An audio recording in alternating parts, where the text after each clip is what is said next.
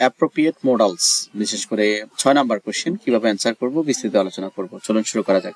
তো মূলত পরীক্ষায় কোশ্চেন এভাবে থাকবে: read the given context carefully.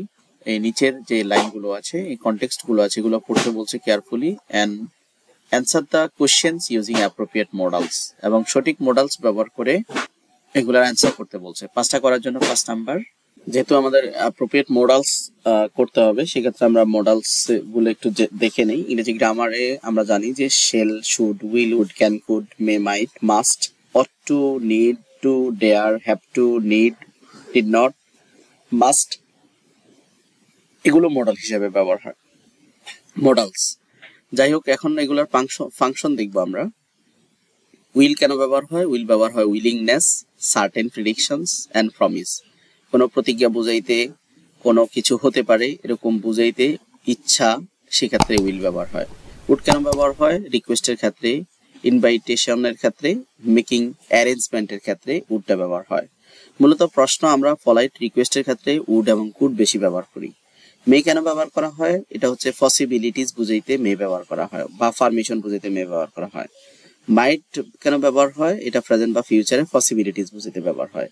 Can ability বা রিকোয়েস্ট বুঝাইতে ব্যবহার হয়। কুডটাও অ্যাবিলিটি, সাজেশন অথবা রিকোয়েস্ট বুঝাইতে ব্যবহার হয়। অব্লিগেশন বুঝাইতে মাস্ট ব্যবহার হয়। তারপরে অট টু, উচিত অনুচিত বা রাইট অ্যান্ড চয়েস বা কারেক্ট, এই বিষয়টা বুঝাইতে অট টু বা শুড ব্যবহার হয়। শেল, অফার, সাজেশন, অফার বা সাজেশন বুঝাইতে শেল ব্যবহার হয়। তো মূলত আমাদের মডেল করতে গেলে এই বিষয়গুলো আমাদের মাথায় রাখতে হবে। তো আমরা এখানে দেখতে পাচ্ছি যে there are some guest at Riya's house, and how, এখানে বলছে কিছু গেস্ট আছে রিয়ার হাউসে, and how will Riya ask them to have any beverage. Riya তাদেরকে কোনো পানীয় অফার করবে, তো কিভাবে করবে এই বিষয়টা আমাদেরকে লিখতে হবে, মানে কোশ্চেন তৈরি করতে হবে। তারপরে how Zaman is great trouble with his assignment at office. Zaman অফিসে তার অ্যাসাইনমেন্ট নিয়ে সমস্যায় আছে। And how will he ask his co worker, কিভাবে সে তার অধীনস্থদেরকে বলবে তাকে হেল্প করার জন্য। এখানে একটা রিকোয়েস্ট তৈরি করতে হবে।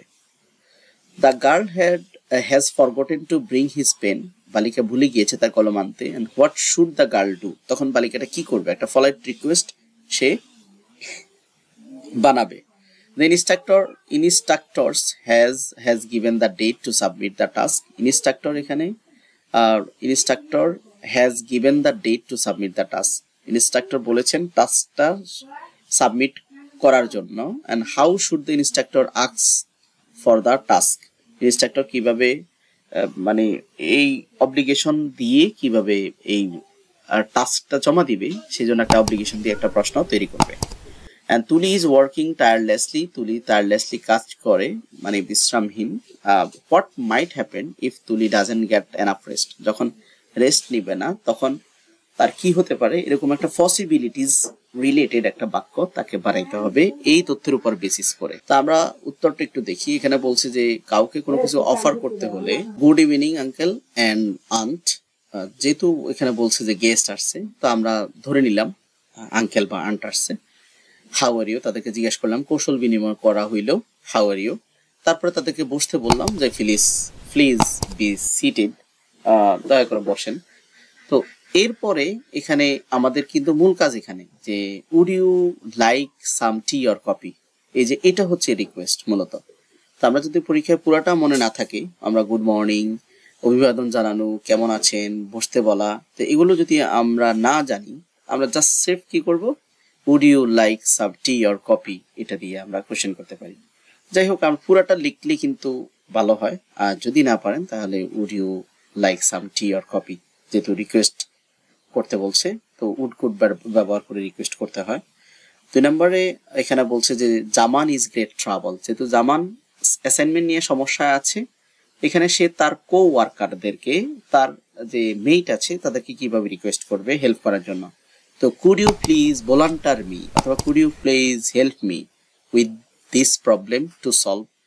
তো এভাবে কি করা যায়, যে রিকোয়েস্ট করা যায়। তারপরে হচ্ছে বালিকাটা কলম আনতে ভুলে গিয়েছে, তাইলে সেক্ষেত্রে সে কি করবে, কলম নিচে ধার চাইবে, ফলাইট রিকোয়েস্ট করবে। তো এখানে the girl could try to borrow a pen, from his classmates saying, বালিকা একটা কলম ধার নেওয়ার চেষ্টা করবে। আমরা এই অংশটা না লিখলেও চলবে, আমরা লিখবো would you mind lending me a pen, আপনি কি আমাকে কি করবেন, একটা পেন দিবেন, ধার দিবেন। Instructor has given the date to submit the task, এখানে অব্লিগেশন বলছে, অব্লিগেশন মানে বাধ্যবাধকতা, তো ইনস্ট্রাক্টর কাজটা জমা দিতে বলছে, সো এখানে আমরা মাস্ট ব্যবহার করব, you must complete the task, submit it by Thursday. সর্বশেষ হচ্ছে তুলি ইজ ওয়ার্কিং টায়ারলেসলি, এখানে পসিবিলিটিস বলছে, তো পসিবিলিটিস আমরা জানি মে বা মাইট ব্যবহার করা হয়। Tuli might feel very tired and get sick soon, so আমরা মে ব্যবহার করে এখানে কি করেছি, পসিবিলিটিসটা প্রকাশ করেছি। তো এইভাবে মূলত আমাদেরকে কি করতে হয়, এই যে মডালস দিয়ে কোশ্চেন তৈরি করতে